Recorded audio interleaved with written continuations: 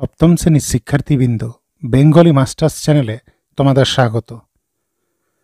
তোমাদের পাঠ্য পরিবেশ ও বিজ্ঞান বিষয়ক বইয়ের 1.2 অধ্যায় হল আলো।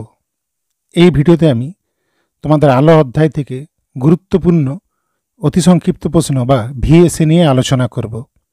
প্রশ্নগুলি তোমাদের দ্বিতীয় সাময়িক পরীক্ষা এবং বার্ষিক পরীক্ষা দুটির জন্য সমান গুরুত্বপূর্ণ। কাজে ভিডিওটি স্কিপ না করে সম্পূর্ণ ভিডিওটি দেখো। দেখলে তোমরা নিশ্চিতভাবে তোমাদের পরীক্ষায় উপকৃত হবে। চলো প্রশ্নগুলি একে একে দেখে নেওয়া যাক।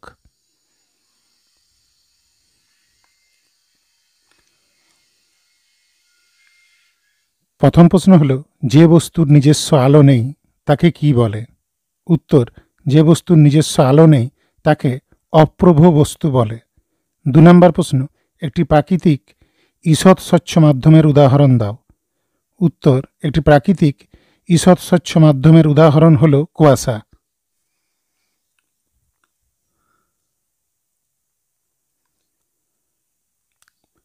3 নম্বর প্রশ্ন, আলোক রশ্মি কাকে বলে? উত্তর, আলোর চলার পথকে তীরযুক্ত যে কাল্পনিক সরলরেখা দিয়ে বোঝানো হয় তাকে আলোক রশ্মি বলে। 4 নম্বর প্রশ্ন, আলোর একটি প্রধান ধর্ম লেখো। উত্তর, আলোর একটি প্রধান ধর্ম হল আলো সরলরেখায় গমন করে। 5 নম্বর প্রশ্ন, সূর্য থেকে আসা আলোকরশ্মি গুচ্ছকে কী প্রকারের আলোকরশ্মি গুচ্ছ বলা যেতে পারে? উত্তর, সূর্য থেকে আসা আলোকরশ্মি গুচ্ছকে সমান্তরাল আলোকরশ্মি গুচ্ছ বলা যেতে পারে। 6 নম্বর প্রশ্ন, কখন বস্তুর প্রচ্ছায়া উপচ্ছায়া উৎপন্ন হয়? উত্তর, আলো উৎস বিস্তৃত হলে বস্তুর প্রচ্ছায়া ও উপচ্ছায়া উৎপন্ন হয়। 7 নম্বর প্রশ্ন, বস্তুর প্রচ্ছায়া উপচ্ছায়ার মধ্যে কোনটি গাঢ় হয়? উত্তর, বস্তুর প্রচ্ছায়া গাঢ় হয়। 8 নম্বর প্রশ্ন, প্রচ্ছায়াকে ঘিরে থাকা আবছা অন্ধকার অংশকে কি বলে? উত্তর, প্রচ্ছায়াকে ঘিরে থাকা আবছা অন্ধকার অংশটিকে উপচ্ছায়া বলে। 9 নম্বর প্রশ্ন, কোন ধরনের আলোক উৎসের ক্ষেত্রে উপচ্ছায়া সৃষ্টি হয় না? উত্তর, বিন্দু আলোক উৎসের ক্ষেত্রে উপচ্ছায়া সৃষ্টি হয় না। 10 নম্বর প্রশ্ন, বস্তুর ছায়া বা প্রচ্ছায়া গঠন আলোর কোন ধর্মকে প্রমাণ করে?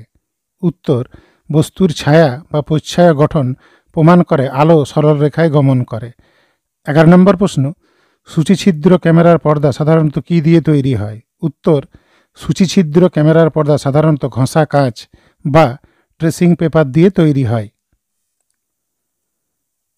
12 নম্বর প্রশ্ন, সমতল দর্পণে রশ্মি লম্বভাবে পড়লে প্রতিফলন কোণের মান কত হবে? উত্তর, সমতল দর্পণে রশ্মি লম্বভাবে পড়লে প্রতিফলন কোণের মান হবে 0 ডিগ্রি। 13 নম্বর প্রশ্ন, সিনেমার পর্দায় কী ধরনের প্রতিফলন হয়? উত্তর, সিনেমার পর্দায় বিক্ষিপ্ত প্রতিফলন হয়। 14 নম্বর প্রশ্ন, কোন ধরনের প্রতিফলনের জন্য আমরা বিভিন্ন বস্তুকে দেখতে পাই? উত্তর, আলোর বিক্ষিপ্ত প্রতিফলনের জন্য আমরা বিভিন্ন বস্তুকে দেখতে পাই। পরবর্তী প্রশ্ন, কোন ক্ষেত্রে বিক্ষিপ্ত প্রতিফলন হয়? উত্তর, অমসৃণ প্রতিফলকের ক্ষেত্রে বিক্ষিপ্ত প্রতিফলন হয়। 16 নম্বর প্রশ্ন, চকচকে মসৃণ স্টিলের বাটিতে কী ধরনের প্রতিফলন হয়? উত্তর, চকচকে মসৃণ স্টিলের বাটিতে নিয়মিত প্রতিফলন হয়।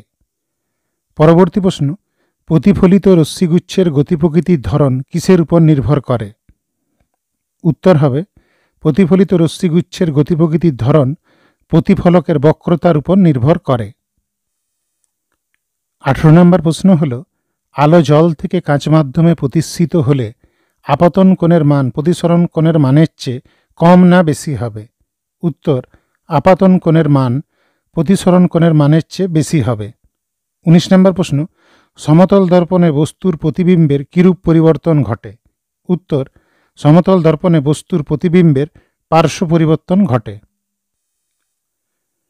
20 নম্বর প্রশ্ন হল, কোন ঘটনার জন্য জলের মধ্যে অর্ধ নিমজ্জিত সোজাদণ্ডকে বাঁকা দেখায়? উত্তর, আলোর প্রতিসরণের জন্য জলের মধ্যে অর্ধ নিমজ্জিত সোজাদণ্ডকে বাঁকা দেখায়। পরবর্তী প্রশ্ন, পার্শ্বীয় পরিবর্তন হয় কেন? সমতল দর্পণে বস্তুর দূরত্ব প্রতিবিম্বের দূরত্ব সমান হওয়ার জন্য পার্শ্বীয় পরিবর্তন ঘটে।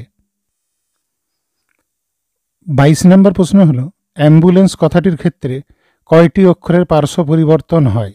উত্তর হবে অ্যাম্বুলেন্স কথাটির ক্ষেত্রে 5টি অক্ষরের পার্শ্ব পরিবর্তন হয়। পরবর্তী প্রশ্ন, আয়নার সামনে কিরূপ প্রতিবিম্ব গঠিত হয়? উত্তর, আয়নার সামনে সমশীর্ষ ও সমদৈর্ঘ্যের প্রতিবিম্ব গঠিত হয়। 24 নম্বর প্রশ্ন হলো কোন প্রতিবিম্ব চোখে দেখা যায় কিন্তু পর্দায় ফেলা যায় না? সঠিক উত্তর হবে অসৎবিম্ব চোখে দেখা যায় কিন্তু পর্দায় ফেলা যায় না। 25 নম্বর প্রশ্ন হলো আলোর বিচ্ছুরণ কাকে বলে? উত্তর, যৌগিক আলো থেকে বিভিন্ন রঙের আলোগুলোর আলাদা হয়ে যাওয়ার ঘটনাকে আলোর বিচ্ছুরণ বলে। 26 নম্বর প্রশ্ন হলো কোন বিজ্ঞানী কত সালে আলোর বিচ্ছুরণ আবিষ্কার করেন? সঠিক উত্তর হবে বিজ্ঞানী আইজাক নিউটন 1666 সালে আলোর বিচ্ছুরণ আবিষ্কার করেন। 27 নম্বর প্রশ্ন হলো সূর্যের আলোক বর্ণালীর প্রান্তিক রং দুটি কি কি? সঠিক উত্তর হবে সূর্যের আলোক বর্ণালীর প্রান্তিক রং দুটি হল বেগুনি ও লাল। 28 নম্বর প্রশ্ন হলো রংধনু কি?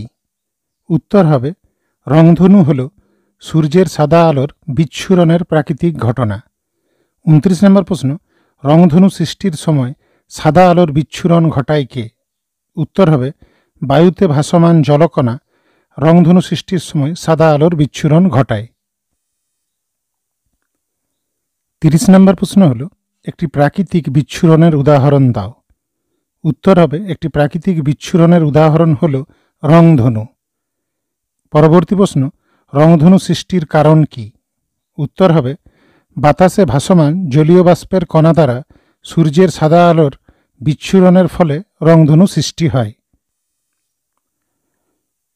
পরবর্তী প্রশ্ন হল বায়ুমণ্ডলের কোন স্তর সূর্যরশ্মির অতিবেগুনি রশ্মিকে আসতে বাধা দেয়? উত্তর হবে বায়ুমণ্ডলের ওজোন স্তর সূর্যরশ্মির অতিবেগুনি রশ্মিকে আসতে বাধা দেয়। 33 নম্বর প্রশ্ন হল গর্ভস্থ শিশুর এক্স রে করা উচিত নয় কেন? উত্তর, কারণ এক্স রে রশ্মির দীর্ঘ ব্যবহারের ফলে ক্যান্সার সৃষ্টি হয়। 34 নম্বর প্রশ্ন হল তেজস্ক্রিয় বিকিরণে কোন অদৃশ্য রশ্মি উপস্থিত থাকে? উত্তর হবে তেজস্ক্রিয় বিকিরণে গামা রশ্মি উপস্থিত থাকে। পরবর্তী প্রশ্ন দৃশ্যমান আলো ও এক্স রশ্মির মধ্যে কোনটি অধিক শক্তিশালী? সঠিক উত্তর হবে এক্স রশ্মি অধিক শক্তিশালী। 36 নম্বর প্রশ্ন হল একটি ক্ষতিকারক অদৃশ্য রশ্মির নাম লেখো। উত্তর হবে একটি ক্ষতিকারক অদৃশ্য রশ্মি হল অতিবেগুনি রশ্মি। 37 নম্বর প্রশ্ন হল সূর্যের আলো ও তাপ কম পেলে কোন কোন প্রাণী শীত ঘুমে চলে যায়? উত্তর হবে সূর্যের আলো ও তাপ কম পেলে গিরগিটি, সাপ, ছুঁচো, ভালুক, ব্যাঙ প্রভৃতি প্রাণী শীত ঘুমে চলে যায়। 38 নম্বর প্রশ্ন হল আলোর প্রভাবে চামড়ার রং পরিবর্তিত হয় এমন একটি জীবের নাম লেখো। উত্তর হবে আলোর প্রভাবে চামড়ার রং পরিবর্তিত হয় এমন একটি জীব হল গার্ডেন লিজার্ড। 39 নম্বর প্রশ্ন আলো কম পেলে কোন মাছের বাচ্চারা মারা যায়? উত্তর হবে স্যামন মাছের বাচ্চারা কম আলো পেলে মারা যায়। 40 নম্বর প্রশ্ন এবং আমার আজকে শেষ প্রশ্ন হল জৈবজ্যোতি বিচ্ছুরণ দেখা যায় এমন একটি প্রাণীর নাম লেখো। উত্তর হবে জৈবজ্যোতি বিচ্ছুরণ দেখা যায় এমন একটি প্রাণীর নাম হল জোনাকি।